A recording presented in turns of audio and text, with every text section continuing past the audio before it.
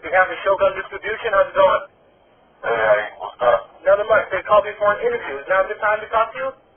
Yeah, good. All right, cool. I was going to ask you, well, first I'm going to say it's Thirstin's honor to talk to you. I've been a fan for forever now, since the Lyricist Lounge Show. Got some questions for you. Today's March now. I guess April is your 10th year in the music business. How does it feel to be 10 years deep in this? I'd say it's my 11th year. 11th year? Excuse me. Excuse me then. I'm sorry. So how does it feel to be this deep in? It feels good, but it feels like it's a natural thing, you know? All right. And, like, when you first started out, did you set any goals and like, have you accomplished, do you think you've accomplished those goals since, like, 11 years in? I can say it went way beyond that, because I never, in the beginning, I never set any goals with it. I just was doing it, you know? All right, you're grinding, doing your thing. Yeah, I was just doing it because this is what I wanted to do with my life, period. You know, not be a rapper or anything. I was doing what I do naturally. Right. But it went way beyond my expectations of what it is and the places I've been able to see and the fan base and all that. I would have never imagined any of that. All right, nice. And you got a new album out. How does that album compare to the other stuff that you've put out? Prior to that, a lot of old albums out. Yeah, you did. That's for sure. I mean, even I know from buying them, you put out an album like at least once a year or maybe even 2 a year, you know? Yeah. How do you feel your Spanish album? Like, not a lot of dudes like yourself are doing, you know, 2 different types of albums, like an album all in English and an album in Spanish. How do you feel you're being different from other dudes who are doing stuff like that? I'm still coming with that super original creativity that unmatched. Right. That's the main thing, even in Spanish. Like what I do in Spanish probably will never be duplicated again. All right. As long as I have that, I'm going to always stand out. And, you know, people who love real hip-hop and all that respect the creativity and originality to the utmost. You know what I mean? And that's why all my albums always got the skill title. I feel I'm bringing another level of skill that I haven't been seeing. Because even within myself, I don't know what my next song is going to be like. Like when you hear my music, you can never predict the direction that I'm going to go in the song. That's for sure. That is for sure. I always come from left field, but you never would have thought that. All right. All right. Recently, I was like, I was looking on the internet. You know, a lot of you're big into fashion with the polo and all that, and you know, checking out some stuff. Acapulco Gold. Are you familiar with that company? Yeah, I know the whole situation right now. Yeah. How do you feel about them putting out low-life shirts? Are you affiliated with them at all, or are they just kind of get up off your stuff? No, that's something I really can't discuss right now. Okay. So, Completely understandable. with them. Completely understandable. What about, you know, there's talks some years ago about you guys putting out a low-life movie and documentary. When will we see that?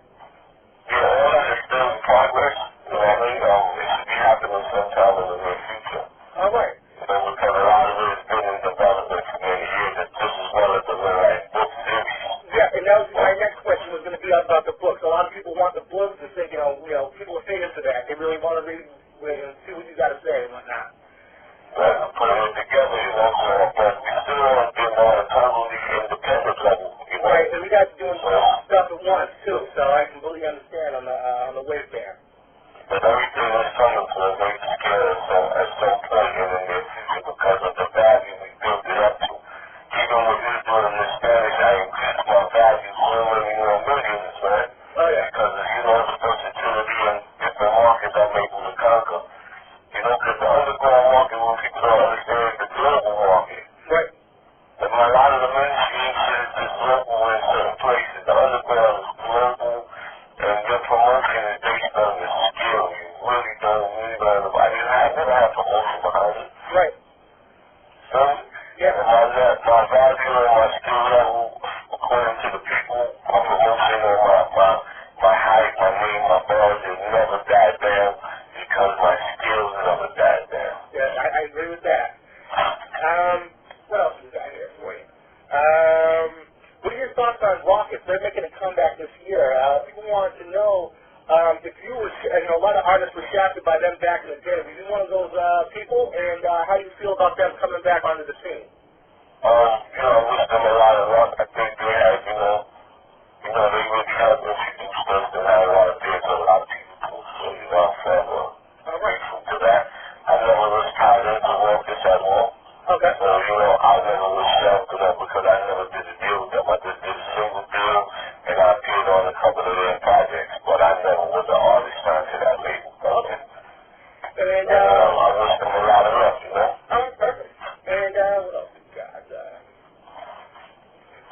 a movie last year also. I mean, that's another different thing. An independent guy, putting out his own movies. How was filming that movie, and where was it filmed and all that? What's the story behind the movie? The movie is like a musical almost. Okay.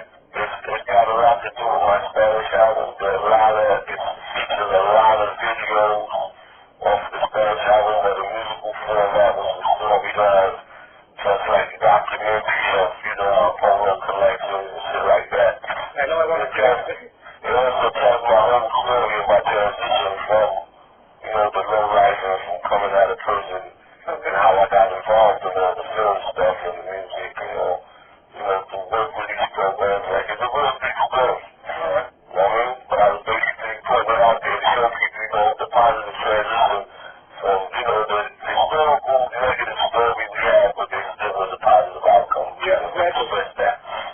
And last year, or maybe 8 months ago, 9 months ago, Kanye West said that he was the one who's got, people in the hood wearing polos again. How do you feel about that? I mean, everybody knows that you're the guy, you're the polo man, you know what I mean? People think, see polo on people, they're associated with you. How do you feel about Kanye West saying that? And do you think that Ralph Lauren will ever acknowledge the lowlife in yourself and say that you guys are responsible for him selling clothes in the hood? Well, as far as Ralph, he knows, Yeah. I mean, we even appeared in his bio now. All right. So a lot of times that says a lot. Yeah, that's in your bio. But as far as him being associated or even understanding it, that I can never call, because I don't think he's really involved with what's going on in the company. He's just the man, Yeah, he's the man. He's the man, he's the brand, and everyone else is, but they don't fully know who we are, they know the story, and what we bring to the table. And so, but, we have a movie and all that coming out, and we better use those polls. And they can't be opposed to that, because if they were opposed and they gave us any negative reactions or any negative press with it, that would be our biggest blessing ever. Right, because then you're like, hey, well, now we're going to go full throttle with this thing, Yeah, and then we can really, put them on the fucking shit with the world. Right, exactly. When we present our story and say where we came, and then for them to go at us like that and try to hold back the truth. But, reality, they can't even do that. We do all our research, they can't stop us from using the clothes or anything. Right. It's a true story. And what about Kanye West? What do you feel about him? I feel when he says comments like that, he just basically says he don't acknowledge us. Right. And that's like saying you don't acknowledge, anything in true hip-hop. Because we don't have to be mainstream to be recognized as true hip-hop and pioneers of what we pioneered. Yeah, the world knows that. And for him to act like he don't know that, that's another story. But that's all him. The truth is always revealed, and no matter who plays the polo, everybody always points at us. And that's what I say, I don't care. That's for sure. Anybody real hip-hop, even when it comes to the skills, they know that he is not a game on any level. That's for sure. I never ever really disrespected nobody. No, you didn't. No, that is for sure. And I never heard you, shit on any other rapper or anything like that. Not even, maybe not even subliminally. No. I don't have to. I don't need that to prove who I am. Right. If we got a problem, like, if you know the history of my body, I've never been one. My whole life has consisted of war, and I don't want that. I don't want war. Right, you want, peace and whatnot. I want peace because I'm really built for war, and war has sent me to places I don't want to be no more. Right. But I'm a war veteran already, so, leave me alone. Right. You know what I'm saying? And are you okay with your status now? Do you feel underappreciated, like you said, with the Kanye, people not, like Kanye not acknowledging you? Like, do you feel underappreciated? Not at all. Like I said, I achieved more than I ever imagined, even at this level. Being an independent artist of, like, my status, where I really never had the promotion, never had a person to work a song to the radio.